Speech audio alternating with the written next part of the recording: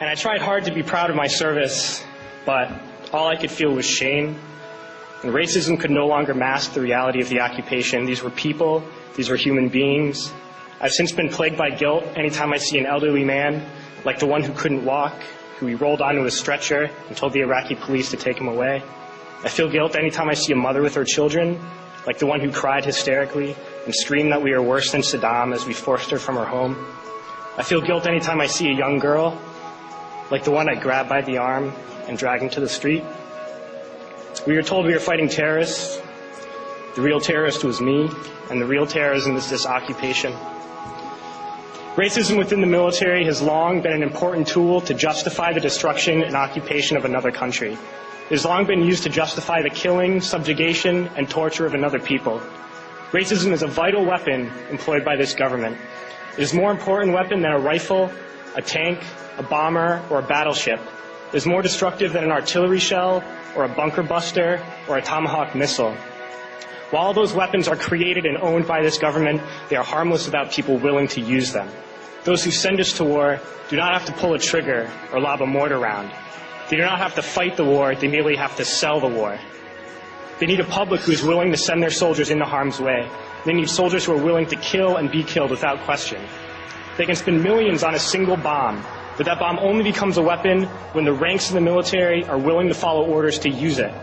They can send every last soldier anywhere on earth, but there will only be a war if soldiers are willing to fight.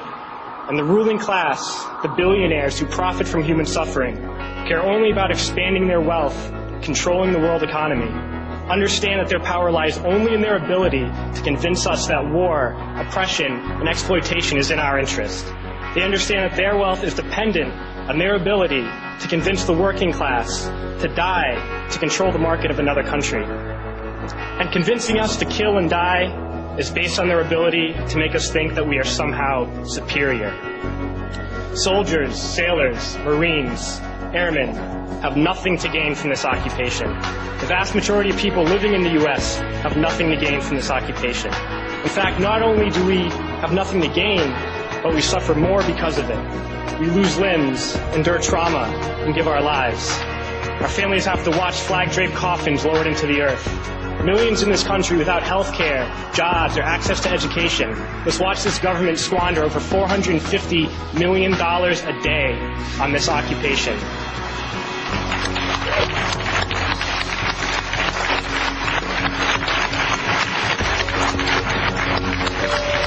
Poor and working people in this country are sent to kill poor and working people in another country to make the rich richer. And without racism, soldiers would realize that they have more in common with the Iraqi people than they do with the billionaires who send us to war.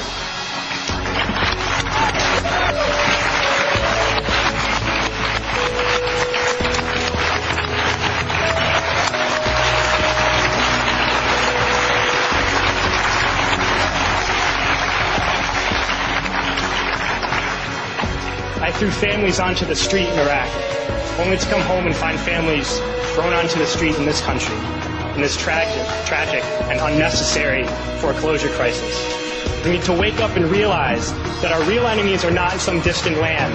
They're not people whose names we don't know and cultures we don't understand. The enemy is people we know very well and people we can identify. The enemy is a system that wages war when it's profitable. The enemy is the CEOs who lay us off from our jobs when it's profitable. It's the insurance companies who deny us health care when it's profitable. It's the banks who take away our homes when it's profitable.